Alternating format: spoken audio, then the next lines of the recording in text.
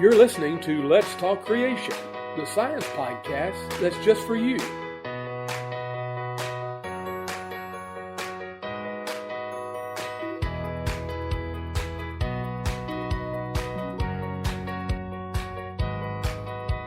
Welcome to another episode of Let's Talk Creation, our podcast with Todd Wood of Core Academy of Science and me, Paul Garner from Biblical Creation Trust. And last episode, you may remember, we were thinking about this year's Origins Conference, which took place at the end of July. Origins is the annual meeting of three societies: the Creation Biology, Creation Geology, and Creation Theology Society. And it's a fantastic opportunity every year to hear about the latest creationist research from a whole range of scholars and students. And Origins, Todd, has been a very significant part of our own personal journey, hasn't it, as creationist scholars? Yeah, you've been coming pretty faithful for a long time, even though, yes, traveling all the way to America, to some of the remoter corners of America. Yeah, I think my first conference was in 2004, and I've been coming back most years since. Once or twice I haven't been able to make it, and of course with COVID I haven't been able to get across, but fortunately, because the conference for the last 2 years has also been streamed online, I've been able to participate that way, which has been absolutely fantastic. But Origins is really, for me, I think one of the highlights of the year. It really helps us, I think, as scholars to keep abreast of all the current developments going on within the research community. It's a great place to build relationships with other creationist researchers and to develop research collaborations with them. And, of course, a place to mentor and train students who get involved every year. And that's fantastic to see as well. So it's always very exciting. It's always very stimulating. I find that I come back from Origins every year kind of buzzing with lots of new ideas and new things to think about. Yep. And so it's really a fantastic conference. And, where else would you want to be, Todd, at the end of July other than at the Origins conference? Yeah, I can't think of any place. It's the best place to be, right? And you're right. Yeah, usually that month after Origins is my most productive of the year, because I'm full of ideas and I'm busy trying to see what I can make of them. And yeah, it's an exciting time. Yeah, it's absolutely fantastic. So what we wanted to do now is to sort of share some of that excitement with our listeners and our viewers by sort of putting the spotlight on some of the research that was being presented at the conference. Last time we talked to Dr. Marcus Ross about his research on the genealogical Adam and Eve hypothesis. We talked to Dr. Neil Duran about some research that he's doing on the fossil record, on dinosaur fossils. And we talked to Dr. Tim Brophy about his baraminology research, all about a group of birds called the landfowl. And in today's episode, we've got a number of other interviews. And Todd, I think you're going to introduce, aren't you, our first interviewee today? So who is that? Yeah, our first interviewee came to my attention, 10 years ago, something like that. He was a student at Cedarville at the time, Cedarville University. And his professor asked me to come up, John Whitmore, his professor, asked me to come up and give a little tutorial on baraminology, how to find created kinds, which I did. And so I was introduced to this kid, and he's an interesting fellow. And so he just started doing his own baraminology stuff and publishing it. And I knew this guy was going somewhere. So his name is Matt McLain. He's a professor now at the Masters University out in California. And we talked about his research on pterosaurs, not pterodactyls, but pterosaurs. He'll explain more about that. So let's go to the interview. All right, so I have with me Matt McLain from the Masters University. Matt, why don't you tell us a little bit about who you are and what your background is? Yeah, so I am a paleontologist at Masters University, and I did my bachelor's degree at Cedarville in geology, and went on to get my PhD at Loma Linda in earth sciences. And I work with vertebrate paleontology, so fossil backboned animals. So I do a lot of dinosaurs and pterosaurs and different phytosaurs, different animals like that. And I am a creationist, obviously being on this podcast. And I got into that very young. I was saved young. And so I've been interested in those issues as well growing up. And so now my wife and 4 kids and I live in Southern California, and I teach at the Master's University, teach geology, paleontology, and biology classes. Have you actually dug up a dinosaur bone? Yes. Yeah. For So real? my dissertation research was on a dinosaur bone bed in Wyoming. And so I've been out there several times to dig up dinosaur bones, and I've been out there other times just to dig up dinosaur bones too, because it's fun. Because it's cool to dig up dinosaur it bones. is, yeah. Yeah. So I mean, that's definitely something I've done a few times. All right, great. So at the Origins Conference, you gave a couple presentations on pterosaurs. I did. And I wanted to start with a question that has Okay. been burning in my mind for many years now. 'Cause every time I call them pterodactyls, Yeah. you are quick to correct me. So could you explain to me the difference between a pterodactyl and a pterosaur? So the name pterodactyl comes from the genus Pterodactylus, which is one genus of pterosaur, Pterodactylus, and then main species Antiquus. So this was actually named by Cuvier way back in the day, so early 1800s, and it was the first pterosaur fossil ever found, and it was actually found before the first, what we typically recognize the first dinosaur fossils that were found. So people have known about pterosaurs longer than things like Iguanodon or Megalosaurus, which is kind of cool.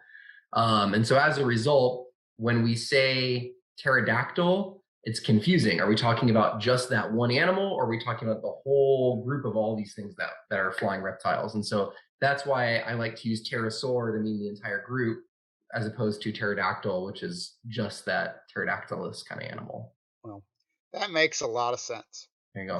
So thanks for clearing that up. So pterosaurs then. Tell us about pterosaurs. I mean, Yeah. my understanding of pterosaurs probably comes from stop motion animation movies where they come swooping down and grab the caveman and so forth. So like how many of these things are there? How many different species are there? Or, how big are they? Are they all big enough to carry me away, or what are we looking at here? Yeah, great question. So it's a very, very diverse group. Okay, so you're talking about, in terms of number of species, may not sound super impressive. I think there's over 200 named species now, somewhere around there.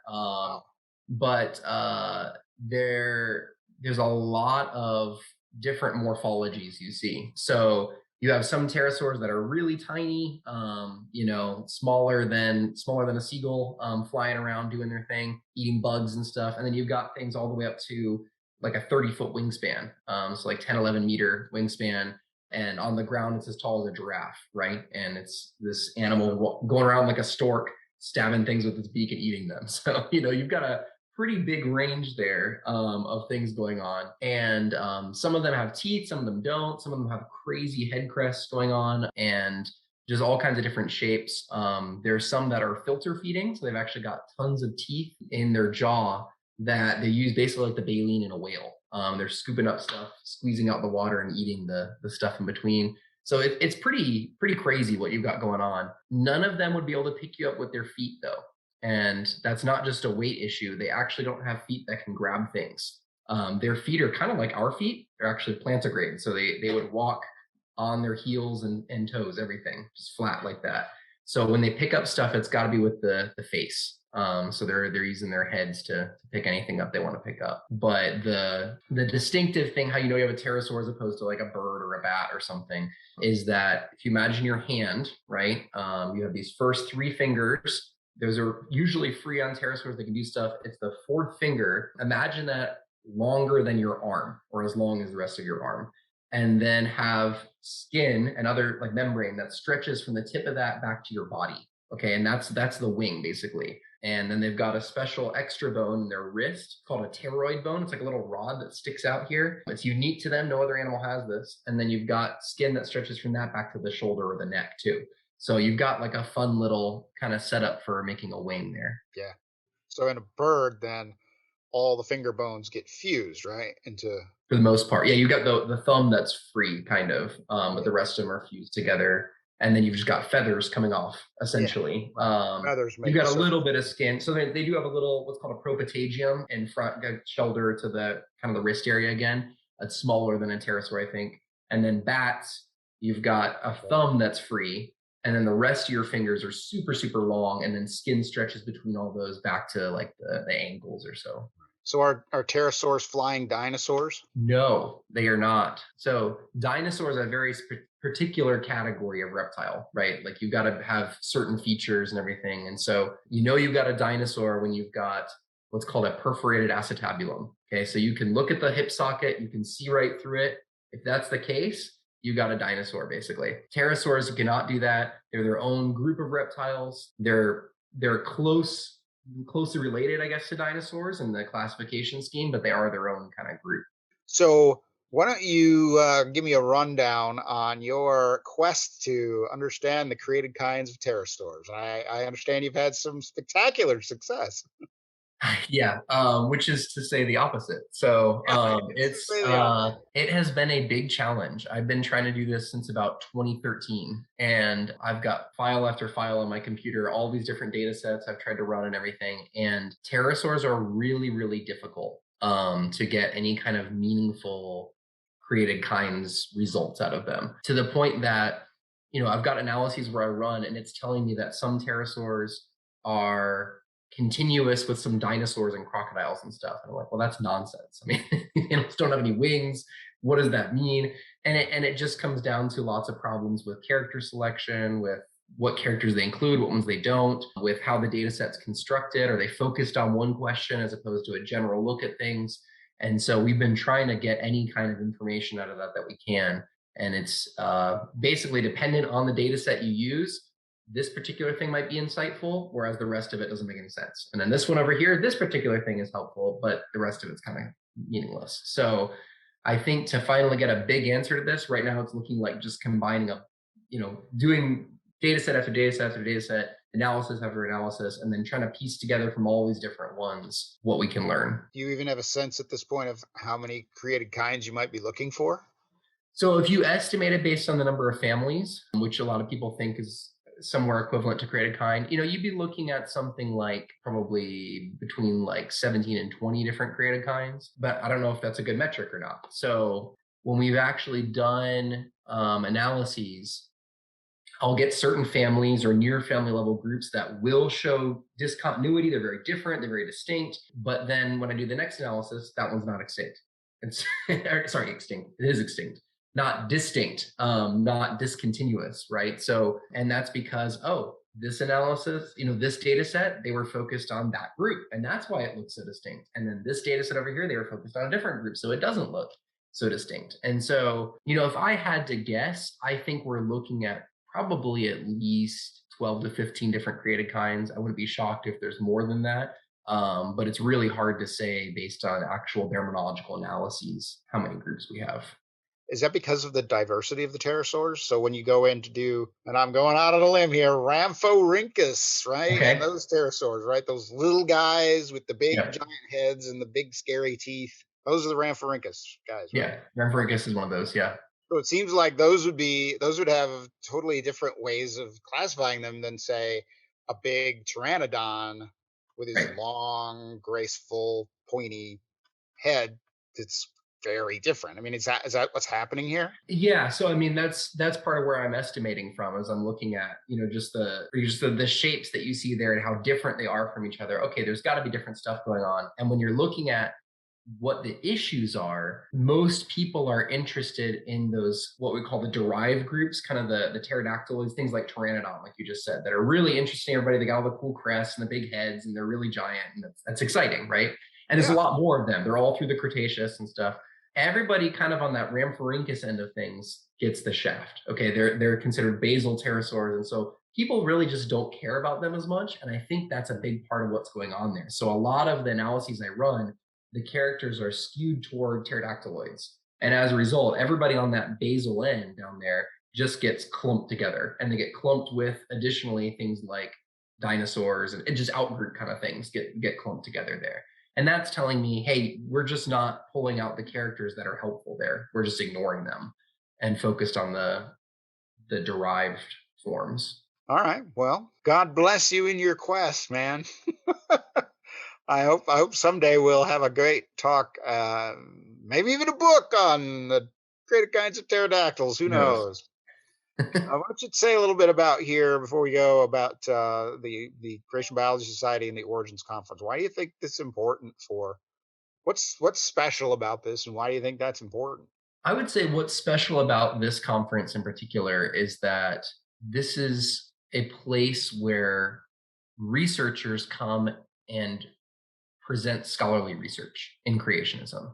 And that's not to say that doesn't happen anywhere else. I'm sure there are some other meetings where that happens, but it's definitely a place where it's occurring, right? And so, I've presented at lots of different conferences, secular and creationist. And when you submit an abstract for review, most conferences, it's kind of like, oh yeah, that seems reasonable. And they just, okay, you're approved, right? Or, hey, no, you sound crazy. And they just reject it. With Origins, I mean, the abstracts that come in, they're really going through review. We'll sometimes have multiple stages of review for the abstracts. And that's saying we want to put out things here that are really high quality, where we know people are actually doing scholarly work. And so that's really encouraging me. I can go there and I can say, hey, maybe I don't agree with this, or I don't understand this part, but I'm confident these people are doing their best work, and that they're using methods that are sound. They're thinking through these things. And what in particular is exciting about most recently is that we get to interact more with theologians. And that's something that doesn't really happen in science circles, right? I mean, it's not like you ever get these times where scientists and theologians just sit down together and like, hey, well, how does my research impact your research? It just doesn't happen, but here it's happening, and that's exciting. So I'm very passionate about that side of it, of getting those groups together that aren't normally talking and getting them talking, because our fields do impact each other as it relates to creation research in particular. If we could just get archaeologists here, that would be the big thing. So if any of you listening are archaeologists or friends of archaeologists, get them to come so that we can talk to them. Down. Yeah. Yeah. The other thing I like about peer review, you mentioned this sort of peer review that we do there. The peer reviewers are often calling me on my junk, right? So sometimes I just, do things for not a good reason, or I do things because I think, yeah, I can get away with it. And no, they're not going to let me. And I sort of forces me to up my game and be better. Yes, absolutely. Is a really valuable thing, I think. Yeah, that's the idea with it. And it does work. I mean, that's the reality of it, is the abstracts that I saw starting with, even my own, versus the abstracts at the end when they're actually published, they're much better. I mean, and stuff that was junk was taken out, and stuff that was really good that wasn't there in the first place was added. And yeah, that's what it should look like. All right. Well, thank you very much. I think we've had a great chat here, and I don't think we have too much information about the next Origins conference. I think we're still planning out all those details, so we'll have more information about that in the future. And can people look you up on the web? Are you on the Masters University website? Can we? Yes. Yeah, they can look there. And then, of course, the Creation Biology Society has a website as well that people can go and check out. And yeah, that's probably how you find me. All right. Can students come and study at your university and go dig up dinosaurs with you in the summer? Yes, and yes, they can do those things. Okay, so we actually offer in science, we have a few different degrees depending on how broad you consider science. But just talking about like the natural sciences, we have biology and we have geoscience. And so in our biology program, we have a lot of different emphases. One of them is paleontology. So we have students come out here and they're helping finding fossils, describing fossils. We've got some cool stuff, even in Santa Clarita out here, where we find fossils of giant sea cows and whales and fun things like that. And then we go out to dinosaur digs in Wyoming as well.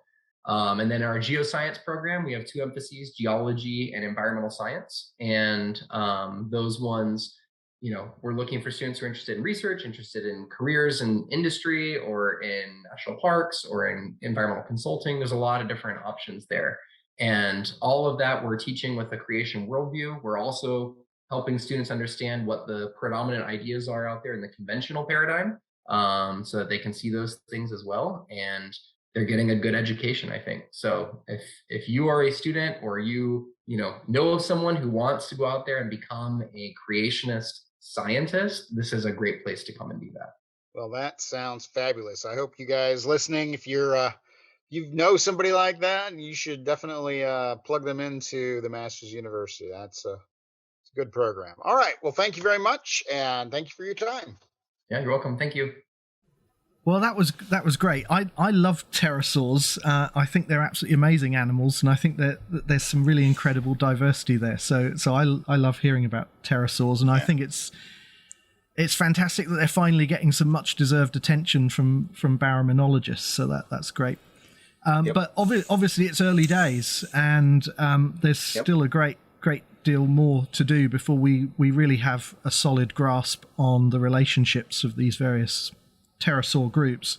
And clearly there are some pitfalls to avoid in interpreting the results of these baraminology studies. And we're very fortunate really to have somebody like Matt McLain doing this kind of work and studying this group, because he's familiar with the group, and he kind of understands that how to interpret the results in an appropriate way. So I'm just really excited to find out more about how the research progresses, even though at this point it's sort of inconclusive. It's right. We're at the beginning of a journey, aren't we? Yes, we are. So that's great. So that probably then brings us to our next interview. And this interview was with someone called Jeff Miller. Jeff is someone who's been to the Origins conference before, but I think this was his first time actually as a speaker at the conference. And he gave what I thought was a very, very interesting presentation about the geology of limestone caves, and in particular some new ideas about the origin of limestone caves in Appalachia. So let's have a listen then to what Jeff had to say about that. Well, hello, Jeff. It's really great that you were able to join us today. Are you keeping well? I am keeping well. We're moving forward in the midst of chaos around us in the world, right? Yeah. Very good. Very good. I'm pleased to hear it. I wonder if we could sort of kick off with you giving our listeners a little bit of a bio. So just give a few words of introduction about yourself and also about the ministry that you're involved with. Yeah. So I work at an organization called Apologetics Press. We're in Montgomery, Alabama, and it's been around for roughly 40 years or so. And I guess the premier topic for those first several years was responding to evolutionary theory. That was kind of the hot topic. And so we've been over the last several years getting more involved into making the positive case for the biblical model, especially in light of Bill Nye, the pseudoscience guy, coming out with all his attacks against the creation model. That kind of launched us into this new area of apologetics. And after working with Kurt Wise for several years now in the field, I started studying caves and looking at how do we explain caves from a biblical creation and apologetics perspective. So yeah, and you gave a really interesting talk at this year's Origins conference during one of the geology sessions, and it was all about the formation of the limestone caves of Appalachia. And so I wondered if you could sort of just set the scene for us,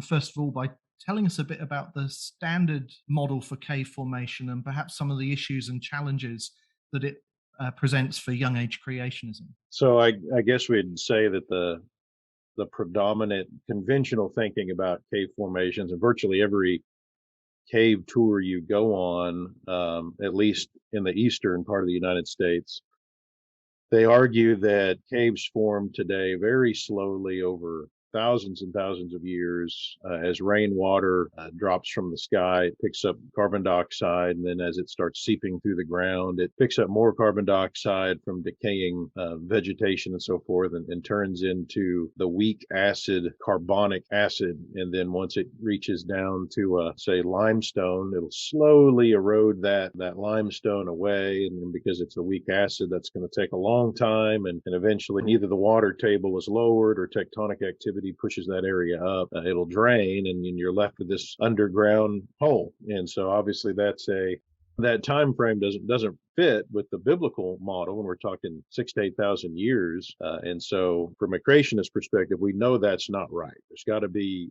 another explanation for what's going on. And we know that God, well, at least it appears that God did not just directly, miraculously create all these caves, because so many of these solution caves are actually found in the rock that we understand didn't even form until the flood. It's found in your Paleozoic and Mesozoic rock layers. And so there's got to be some explanation for how these can form rapidly, either during the flood or after the flood, some kind of much more rapid way than carbonic acid dissolution. Okay. Yeah, that's very helpful. So I understand that in recent decades, a new model of cave formation has been proposed that might help us to sort of address some of these challenges.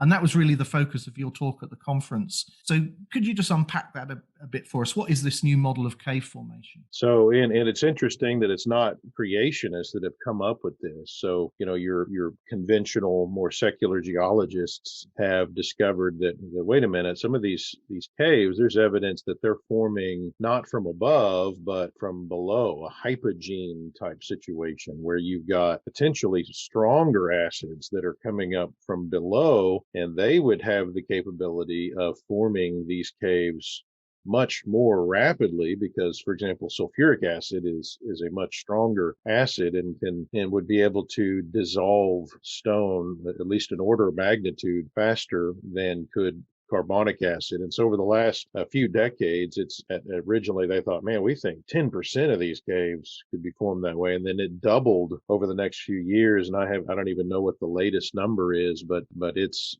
rapid. The more people are now going back and examining all the caves that they were assuming were formed from carbonic acid, the more everybody is starting to recognize, wait a minute, this could have been formed much more quickly from hypogene speleogenesis. So the origin of these caves from below rather than above. So we've got these two models then. We've got the pretty standard model that we perhaps were all taught when we did geography or geology many years ago, that these caves are formed by weakly acidic waters that are descending from above. And then there's this new model where actually caves are being formed much more rapidly by more strongly acidic waters that are ascending from below. Now, in your talk, you spoke about some fieldwork that you did where you actually went out into quite a number of show caves across the Appalachian region, and you were looking for evidence of these hypogene processes, these strongly acidic waters coming from below. What kind of features are you looking out for in the caves? So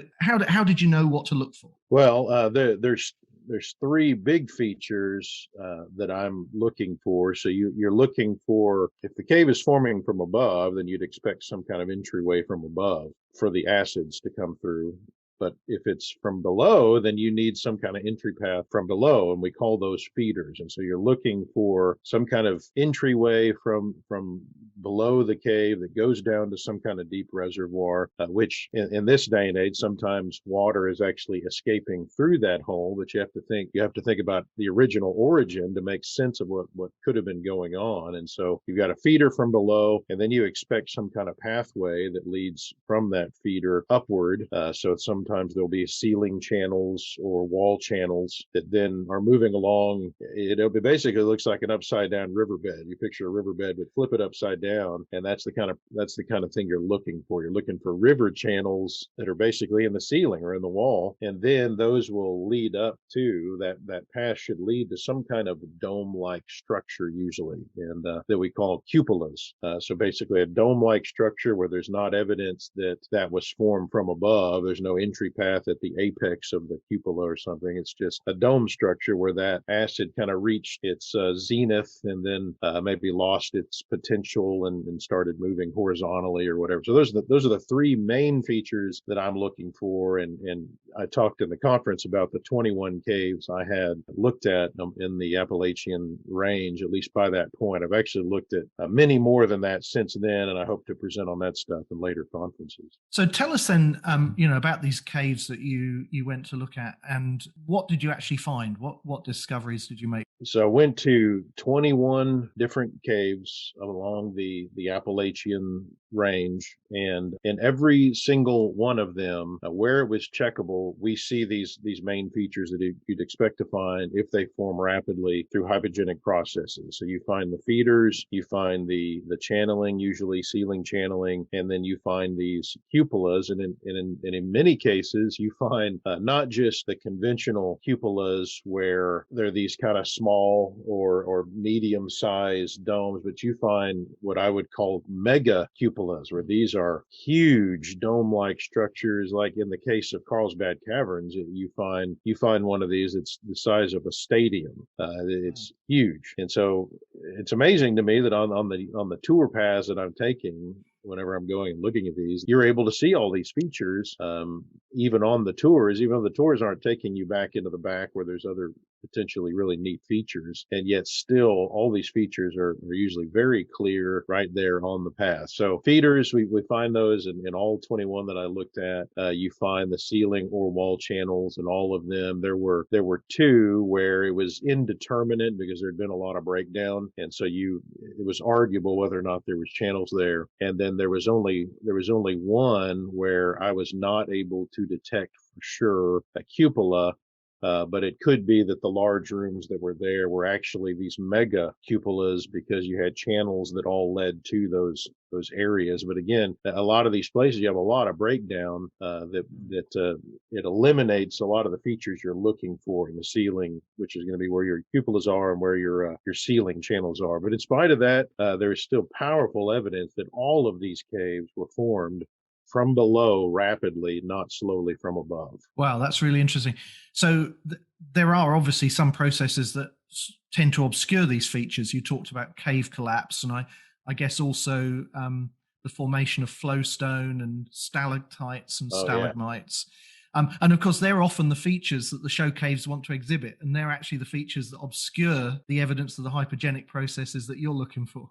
Exactly. Yeah. And in fact, I wondered if there would be a high percentage of these caves where it was just going to be indeterminate, because on the tour paths, they do want to take you to these huge flowstone and stalactites and stalagmite areas. But I was amazed to find that in spite of that stuff, which is pretty but gets in the way, I was still able to find everything that I looked for. In some cases, the tour guide would talk about, hey, if you were to go off down this path over here, which now we can't even include that on the tour because it drops off, dozens of feet down. We don't even know where it goes. It just drops off down there somewhere, which to me, of course, ding, ding, ding, big bells go off inside of my head. That's likely your big feeders that I'm actually looking for. And so you have to be careful sneaking off the path to go look at features that aren't on the tour. But some tour guides are more amenable to that than others. Now, you said that, people began to realize that these features are more common than previously thought. So, 10% of caves are thought to be hypogenic, and then that doubled to 20%. I mean, do you think this is actually the predominant mode of cave formation based on, the things that you've seen? If these 21, okay, I've gone to, I think, almost every single cave along the southern half of the Appalachian. And we're talking about the tour caves. So if these commercial tour caves are representative of the Appalachian Mountains, and I would suspect they are, because this is not all localized to some particular area. I'm looking at Alabama, Tennessee, Kentucky, Indiana, Ohio. There's one over in North Carolina. And so these are spread out. And so if these are representative of the caves, and I have every reason to think they are, then yes, this has got to explain what's going on. And I intend to move into the northern Appalachians just to see if this pattern continues. And I have no doubt that that's exactly what's going to happen. I've actually already looked at the Ozarks, and we find the same thing over there. That'll be maybe a different presentation in the future. That's great. So put all of this into a kind of broader perspective for us then Jeff, if you would. You mentioned earlier that these limestone caves in the creation model probably formed late in the flood or probably in the post-flood period. Why would we expect hypergenic processes to predominate during that episode in Earth history? And how does this kind of fit into the overall model? So most hypogene speleogenesis caves are acknowledged to be formed from sulfuric acid. And that's just one possible acid, really. There could be other acids. I mean, hypogene speleogenesis does not require it to be sulfuric, but the sulfuric acid idea is particularly attractive to us because it's going to involve tectonic type activity, volcanic activity going on, which during the flood, you expect a lot of that. So if you have hydrogen sulfide being released at these lower levels, and then it combines with water and oxygen, that forms sulfuric acid. So that provides the source of the very material that then you would expect to be moving upward due to heat. So it's going to be pushing that acid upward in addition to any kind of forced flow that you have from gradual pressure being pushed down, squeezing any of that kind of material. And it's going to tend to move where it can. And so between the heat and the forced flow, you've got the perfect circumstances to form these caves in the flood rapidly. So very attractive, obviously, to creationists, because again, we're looking at a 6,000 to 8,000 year time frame here, and if they're starting in the flood, you now take off 1,500 of those years, and you begin at that point, and you have to explain the caves that way. So really, we're talking about these forming very quickly in a matter of just a few years before then your speleothems, all your secondary features, begin forming. Probably a lot of them during the Ice Age, which is coming right after the flood. So the caves have already got to be there before your speleothems start forming during the Ice Age. This is a very short amount of time we're talking about. And I guess the flood gives us this context, as you say, doesn't it? Because we have, after the flood, presumably the dewatering of sediments that were rapidly deposited during the flood, and you have degassing of water from magmas, cooling magmas. So this provides the water, and then of course the heat from volcanic activity and igneous activity that can then sort of drive that water up, those acidic waters up to form these caves very rapidly. So it kind of fits quite well, doesn't it, into the overall sort of picture, the overall scenario that we have. Yeah. That's very helpful. I mean, it sounds to me as if there is enormous potential here for this hypogene model of cave formation to be developed further, and also for people to look for evidences of hypogene processes in other caves, other regions. You mentioned, I think, that you're sort of working on doing further work. Are you planning to write up your findings and present at further conferences? And are you planning to look at more caves? Oh yeah, definitely. A lot more. Each summer, my goal is to hit another 10 or 12 different caves. And so I've continued doing that since I did this work in 2018 and 2019. So I've continued to expand the number of caves. And yeah, I do want to continue presenting on this, probably at the Creation Geology Society meetings, and it'll turn into a paper, I'm sure, at some point, at least one, and we'll go from there. I'm pretty excited about it. Again, I had never actually presented at the Creation Geology Society meeting, and that was a little intimidating having some of you guys there, but had a good time with that. I guess I was the last presentation, and that was definitely not the highlight of the whole conference, but it was enjoyable presenting there. Yeah, well, I really enjoyed your presentation. I thought it was great. As you say, this is your first time presenting, but it wasn't your first time at an Origins conference, because I know we met back in 2014 when the meeting was at Colorado Springs. So just as we kind of close out, tell us a bit about how you heard about the Origins conference. What your experiences are of the Origins conference, and what's kept you coming back. Yeah, that is a good question. So the organization I work at, we do Christian apologetics. And whenever Bill Nye and Ken Ham squared off in that debate, whenever that was, 2013, 2014, it highlighted to me that as Christian apologists, we're trying to obey 1 Peter 3:15 and defend the truth. We got to be ready not just to deal with things like evolution. We got to deal with the creation side of things. We need to make our model, and we need to be able to defend that model. And so I started looking in the creation literature more and seeing what's going on in the area of building the creation model and defending that. And certain names kept popping up. And so Kurt Wise was one of those. I contacted Kurt and said, hey, can I get into the field? And I'd like to see what's going on firsthand in creation science. And he said, hey, that's great. I actually need somebody, or my wife's not going to let me go out into the field this summer. And so I started going with Kurt Wise. We were studying seismites out in Wyoming. And then he put me on to people like Steve Austin and his Grand Canyon studies, and Art Chadwick with all the stuff he's doing with dinosaur fossil excavation out there in Wyoming and so forth. And one of the things he did is he highlighted, hey, you need to come to the Creation Geology Society / Creation Biology Society meeting. And you start doing that. That's one of the great conferences to go to. And so ever since then, every year I've been able to go, and it just that conference, the Origins Conference, highlights just the creation scientists are doing science, can do science. It is legitimate science. It's very technical. Those first couple of years going to that conference, much of it was above my head. What was actually going on, because there's so much that has been going on in creation science for decades that I feel like creationists are behind on.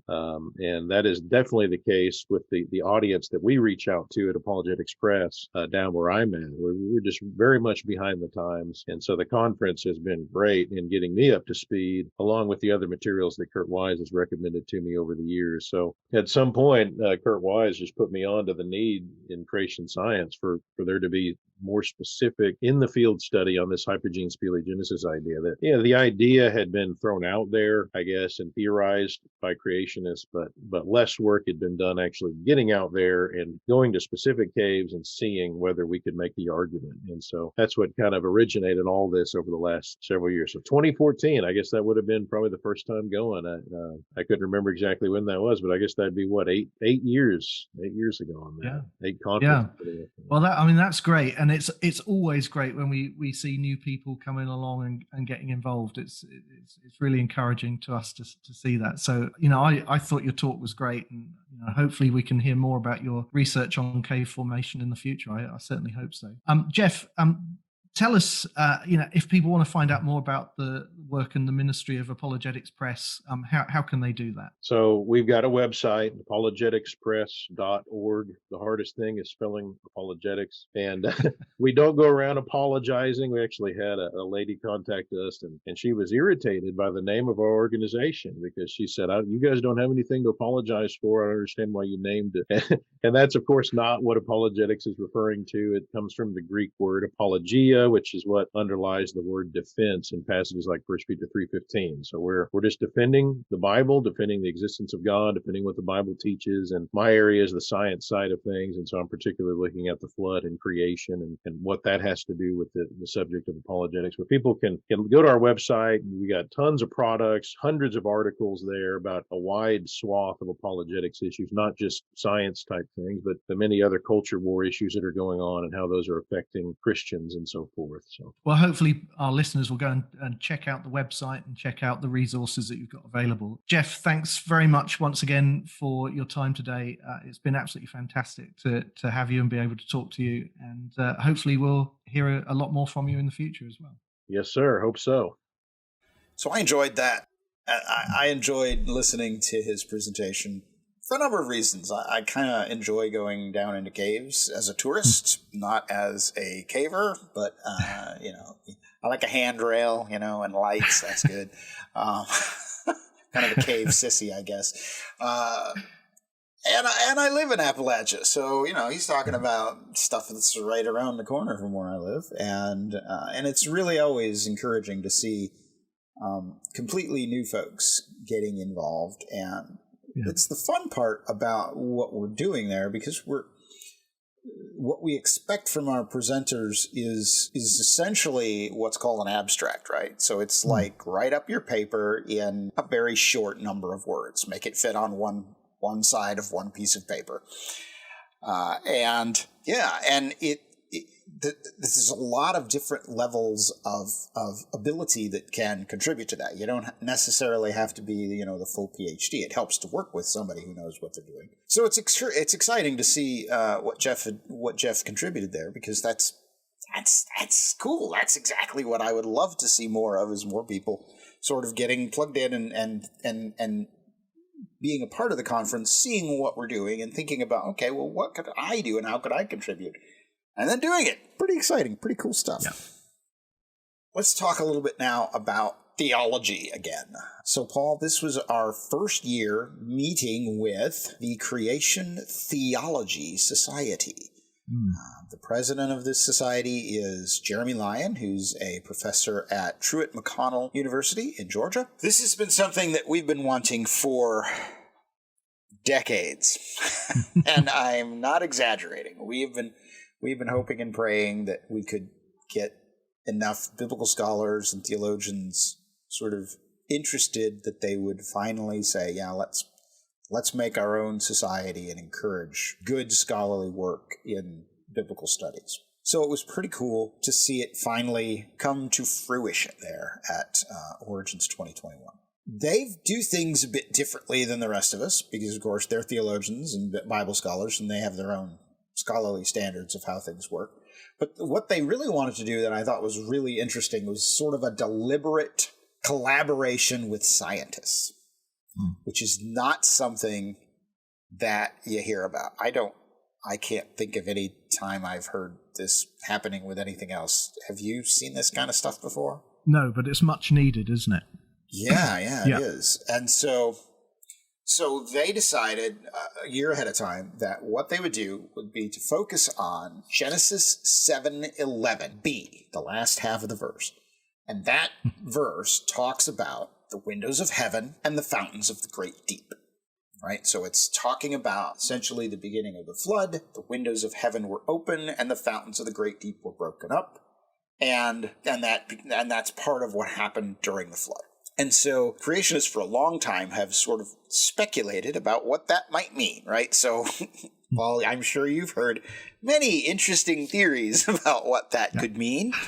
I have too. Today, in the modern world, we're getting a lot of people who are claiming that is intending to be literally interpreted, that it's talking about this weird ancient conception of the world where there was a hard surface ceiling to the earth, and there were windows in that ceiling, and outside of the ceiling there was chaos water, and that chaos water was allowed in, and it was allowed to flood the world, and so these theologians are saying, this is clearly a holdover of mythology of the Egyptian world or the Sumerian world or the Babylonian world, and so we should not understand it to be literal. So this is a really kind of an important passage, and I got to talk to two of the participants in this interdisciplinary session from the Creation Theology Society. One is Dr. Steve Boyd, who's been involved in creation research for a number of years, as he will describe, and the other is a student of his, Doug Smith. Doug was one of our Sanders scholars here at Core Academy, and he is currently working on a PhD with Dr. Boyd. So let's go to that interview and see what they have to say. All right. So straight from the Origins Conference, I have with me today Doug Smith and Dr. Steve Boyd. Gentlemen, why don't you introduce yourselves very briefly and give us a little bit of your academic background. Doug, why don't we start with you? I am Doug Smith. I'm a PhD student at Columbia International University from my home in Bristol, Virginia. I'm studying the Old Testament and Biblical Hebrew, and I studied under Dr. Boyd in a different doctoral program. He was my last Hebrew teacher. I was originally going to hit some historical theology, which I'm interested in, but very glad to have been guided into the biblical languages, and especially interested in the creation account, Noah's flood, Tower of Babel, all the stuff, Genesis 1 through 11. That's a good thing to be interested in. And Dr. Boyd? I'm Dr. Stephen Boyd, and I have a kind of a diverse background. I have bachelor's and master's degree in physics. I have a THM in theology from Dallas Theological Seminary. On my degree in physics is from Drexel University in Philadelphia. That's why I'm from Philadelphia. And I have a PhD in Hebraic and Cognitive Studies from Hebrew Union College in Cincinnati. And I became involved with creationist studies just after 9/11. Actually, it was right in that time period in which I was asked to be a kind of an observer in the RAY project, and then they saw what I wanted to do, and it was statistical analysis of Genesis 1:1 through 2:3 based upon verb types that occur in prose versus poetry, and so I did that, and that was a good study I did with Ray. And then I was with another project called the FAST project. That was one of Steve Austin's projects. And I started looking at the flood account. So then I actually started my own research project called the Catechism Chronology Research Group. And I bring in graduate students to mentor them and also to have them be my research assistants. And Doug is my latest research assistant and doing a great job. Well, it's great to have you. I wanted to talk about this. This is new, right?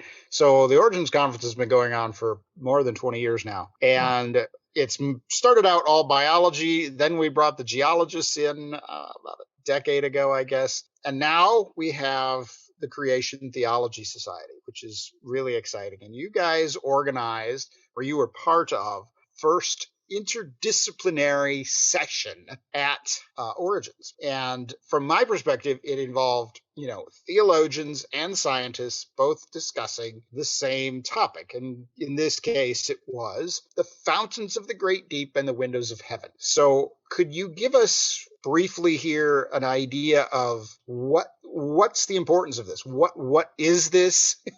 What is it?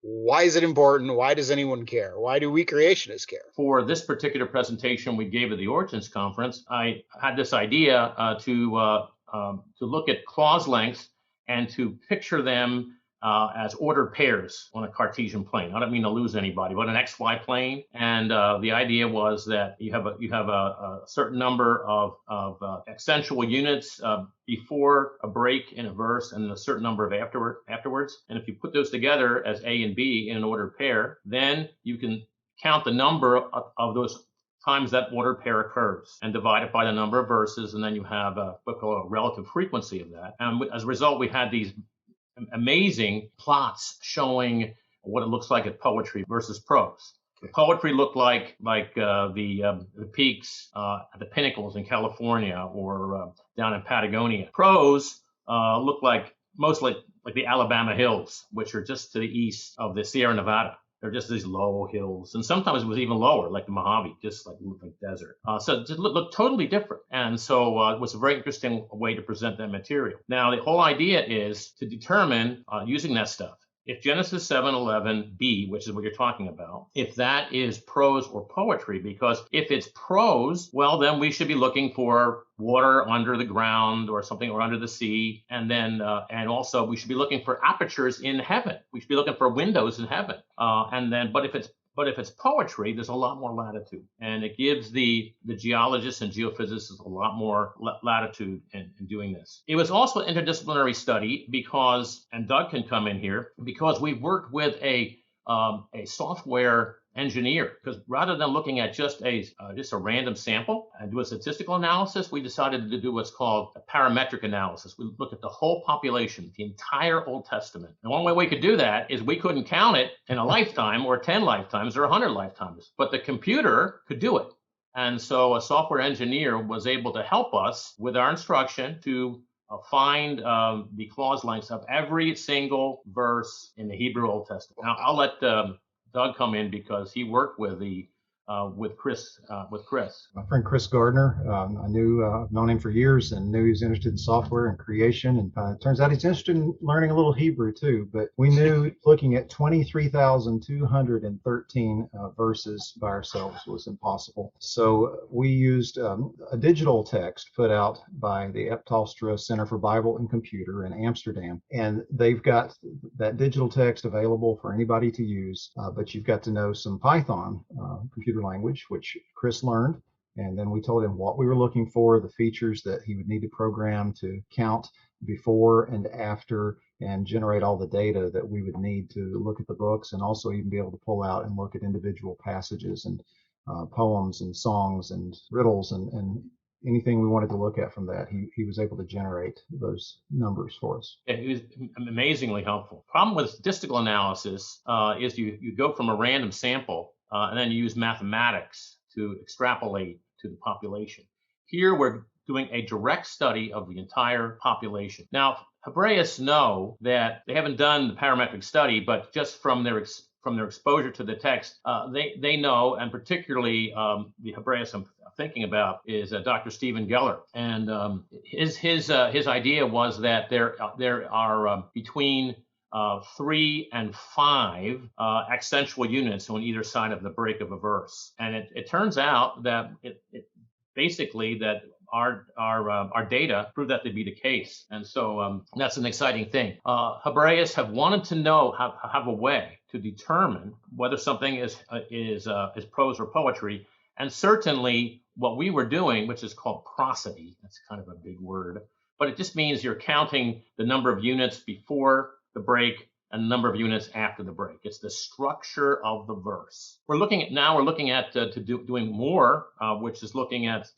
verb sequencing, and Doug is involved with that, and so is Chris, again, doing that, because we want to come at Genesis 7:11b from as many angles as we can, based upon what is there, not making anything up, but what is there.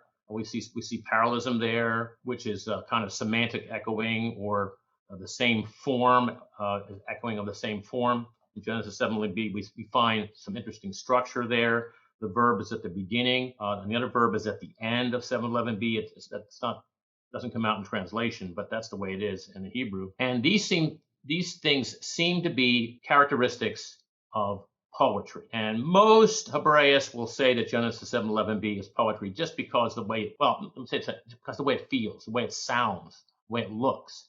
But we wanted something that was solid. We wanted a quantitative analysis of it. I think we're a long ways along. What we have to do now is you have to go from what's called descriptive statistics to inferential statistics, to use this data to determine, can we predict, based upon these things, whether a particular passage is poetry or prose. And that's what we're trying to do. This is part of a larger study that Doug is also involved in CCRG. Remember that, again, that's Catechism and Chronology Research Group, in which we're looking at NPN switches, which are portions of the Bible that go from narrative to poetry and back to narrative again, and that little poetic snippet in between. And the changes that go from narrative to poetry back to narrative will help us to be able to determine what are the characteristics of narrative vis-a-vis prose. We will take this data and show it to and present it to a data analytics expert or a statistician in order to then use this to predict whether Genesis 7:11b on a quantitative basis is poetry or prose. This is a lot more complicated than me reading Strong's Concordance. Oh yeah. Yeah, it is. It is. Exactly. So, Doug, what drew you to this particular avenue of work? Why are you going to devote your doctoral work to this kind of research? Well, of all the possible biblical topics you could pick, well, what's the attraction? Lord willing, I'm going to be looking broader in the flood account as a whole, but this is a very important part of the picture. And I was interested in creation studies back working at a show cave years ago, and I started having some questions about the antiquity of it and what was claimed and so forth. Never imagined I'd be doing Hebrew, at this point in my life until later in my academic program when I saw the movie as Genesis History. And I remember seeing some faces I'm seeing right now. In that movie. Yeah, that's right. And, movie stars. Yeah, right. We're on IMDb. Yeah, that's right. And someone graciously put me in touch with the Hebraist interviewed on that documentary, and I wanted to see, if I could study under someone who would both value an investigation into Genesis that took it as history, but also had expertise in the language. Because as much as I appreciate well-meaning folks who hold to the one, but then don't have the other. I really wanted to be able to say, this is going to be a study worth my time, and to really investigate it. And part of my growing interest in passages like 711b just goes from when taking a class and translating lots of narrative, then translating lots of poetry. I was told in my first Hebrew class that poetry's scary. You don't really want to have to deal with Hebrew poetry for a while. It's super advanced. And the more I got into it, I saw, well, sure, there's some complexity here, but there is some awesome beauty, and there's much to be enjoyed and appreciated. And the more I study the scriptures, the more I see this beautiful complexity of this literary artistry that's woven throughout the text. And even though we have narrative and poetry, within narrative, there are bits of poetry. There's reported speech. There are laws. There are different flashbacks and all sorts of things that are going on in the text. And it's not just some simplistic thing that's written down. Yes, it can be understood, but there's a richness that we neglect to our loss. Yeah, and if you're going to avoid poetry, you're going to avoid most of the Old Testament, a huge chunk of the Old Testament. You would have to. That doesn't make a lot of sense. About 3/4 of it. Yeah, it's a huge amount. Yeah. So let me ask you this final question here, especially for Dr. Boyd. You've already mentioned that you're deliberately working to mentor students. Why is that important? Well, I think that I have been doing this ever since I started teaching. I think that it's very important to convey my knowledge onto the next generation. And yes, students can read books and so forth, but if a professor's a good professor, he should be conveying the cutting edge. So a student, by being in a class, should be getting cutting edge material, and even some material that professor has developed himself. I've developed some stuff, and Doug can tell you about that, the color chart and things like that. So I really like working with graduate students and saying, you should take a look at this, this, and this, and this, and then watch them go, because they're eager. Okay, they're really eager, and they want to find things, and then they'll find new stuff. I work with a guy who Kayakagi, Dr. Kayakagi. That's another thing, is to watch them finally get their doctorate. I think that's a wonderful thing, and that's what Doug is moving for. But Kai, he knew Japanese, and so he was able to look at looking at some sources I couldn't look at, and finding some interesting stuff. I've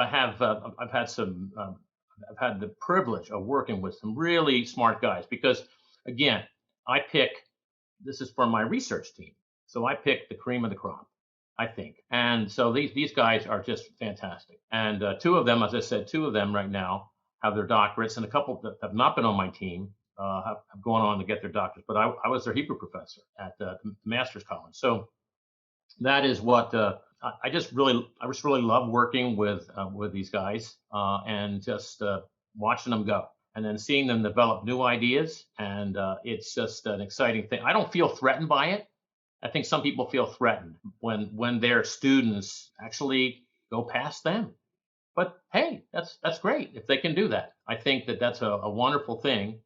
And another thing is that I will tell students, I'll say, it's not a bad thing if you have to say, I don't know. Now, I've met people who won't do it. I heard you say it a lot on his Genesis history. We don't know. We don't know. and that's refreshing. That's refreshing. A lot of scientists won't do that. They'll try to do what called a regular chat, standing on one foot and coming up with something. Yeah, it's okay, but don't make it authoritative. Just say, hey, this is my opinion. This is what it might be. So I try to inculcate these values in students too: hard work, willingness to say I don't know, willingness to dig, willingness to ask questions. It also gives them an opportunity to publish some of them for the first time, so they get their feet in the publishing business as well. Good stuff. Well, thank you, Dr. Boyd. Thank you, Doug. I also want to mention Doug is one of our Sanders Scholars at Core Academy of Science. If you'd like to know more about the Sanders Scholarship Fund, you can visit coresci.org/Sanders. We are taking applications for next year's Sanders Scholarship. Maybe one of you listening, or maybe you know someone who's interested in becoming an up-and-coming creation scholar. We'd love to connect with them. So check out that website. Well, thank you, gentlemen. Thank you, Dr. Wood. Thank you for your time. Thank you very much, Dr. Wood. Well, Todd, I think it's absolutely great that the biblical scholars have, now got their own society, and that they're kind of joining in with the Origins Conference each year, and that we as scientists are able to benefit from these interdisciplinary sessions. We really, if we're going to develop a robust creationist model on a solid biblical foundation, then we need this kind of integrated scholarship. And it's long overdue. And they're addressing some really important questions within creationism, questions about the biblical texts that are going to help us constrain our understanding, help us to constrain our flood models, because, as you said at the beginning, there's all this kind of speculative ideas out there about what these biblical texts mean, often from people like you and me who are not biblical scholars. And we need the help of these scholars to kind of point us in the right direction and give us some important insights and constraints on our wild speculations and hypothesizing, and perhaps perhaps also sort of pointing us in directions that we hadn't even thought of before. So I think this kind of collaboration is really exciting, and long may it continue. Yeah, I only have one concern, and that is I'm impatient. I have a million questions I want them to answer, and I just want them to hurry up. Get to the next question. I'm thinking ahead, going, I have this question, I have this question, I have this question, and I'm just going to have to learn. The Lord's going to teach me patience with this, I know. Yep. But it is great to see them, diving in with such enthusiasm, and we are so grateful. Yeah. Yeah, and we'd love to see more biblical scholars getting involved as well. So if you're out there listening and you have expertise in the biblical text or in theology, or, if you're a Hebrew expert or a Greek expert, then there are things that you can do to help us in creationism, and we'd love to be in touch with you. Well, Todd, hopefully these last two episodes have given people a real insight into what the Origins Conference is all about and why we get so excited about it. And hopefully, some of our listeners might even consider coming along to Origins in 2022, because it's going to happen again next year. And it is going to happen again next year. We're the leadership of the Creation Biology Society, they're already sort of trying to figure out what we want to do and where we want to go. And they'll be talking to the Creation Geology Society and the Creation Theology Society, and we'll get all those details worked out shortly, I think. So it'll be good. Yeah, and where would people go if they wanted to just find out about the Origins conferences in the future? Where would they get that information? You need to go to creationbiology.org. Mm-hmm. And I have it under good authority that website, you may get there and think, wow, this is a primitive old 90s style website. Yes, you're right. It's true. And I have it under good authority now, good information, inside information that tells me that we're about to revamp that whole website. So Lord willing, by this time next year, it'll be a lot easier to find out information about that. But that's where to go, creationbiology.org. That's where you will find the announcements, and the announcement will go out on social media. Core Academy will have it, and Biblical Creation Trust will have that announcement as well. So watch those channels to find out more information about that. Yeah, brilliant. Well, that brings us to a close, I think, for this time, Todd. And it's been really great to hear all about these the research that's going on and that's being presented at Origins. What's coming up in our next episode? Ooh, Paul, you know what this year is? It's the 60th anniversary of a book. Uh-huh. And that book... Which book would that be, Todd? That would be the Genesis Flood. Yeah. And maybe some people out there listening have heard of this. Whitcomb and Morris's, let's call it a classic. It's a classic, the Genesis Flood. It really changed the direction of evangelical Christianity in the 20th century. And we're going to talk all about it. And maybe we'll go on for more than one episode. I don't know. We haven't recorded that episode yet, so if we get too talkative, we'll have to split it up. Yeah, so there we are. So we're going to have a kind of retrospective on the Genesis Flood 60 years on. and I'm really looking forward to that. So come back next time for that. In the meantime, check out all of our streaming platforms and our show notes. They're all available at coresci.org/podcast. That's coresci.org/podcast. If you have questions or comments about the podcast, then you can email us, and that's at podcast@coresci.org. podcast@coresci.org. And don't forget to check us out on all of our social media channels. We have a Facebook group, and you can go there and like the Facebook group, and we'll post episodes there. You can find us on YouTube, of course, and don't forget to like and share and subscribe. Hit that subscribe button and leave us a positive review if you're enjoying what we're doing. It really helps to make us visible to more people and to help us grow our audience. And finally, please do consider donating. We're both Core Academy and also Biblical Creation Trust. We're both quite small organizations. We're very dependent on the giving of people like you who want to see the work that we do continue. And we particularly value regular gifts, but donations of any kind are extremely welcome. So if you want to find out how to give to Biblical Creation Trust, then go to our website. It's biblicalcreationtrust.org, and there's a donate button on the home page that will take you to all of the options. And Todd, how would people give to Core Academy of Science? People who want to know more about Core Academy can visit coresci.org. That's coresci.org. And there's a donate button right there. You can make a contribution, and we would greatly appreciate that. And don't forget to hit all those like buttons and good review buttons and all that good stuff on whatever platform you're hearing this on. Well, that's it for this time, and we'll see you all in a couple of weeks' time. Thanks for listening to this week's episode of Let's Talk Creation. If you have questions, send them to podcast@coresci.org. That's podcast@coresci.org. And be sure to let your friends know about Let's Talk Creation. And check us out on social media. Thank you.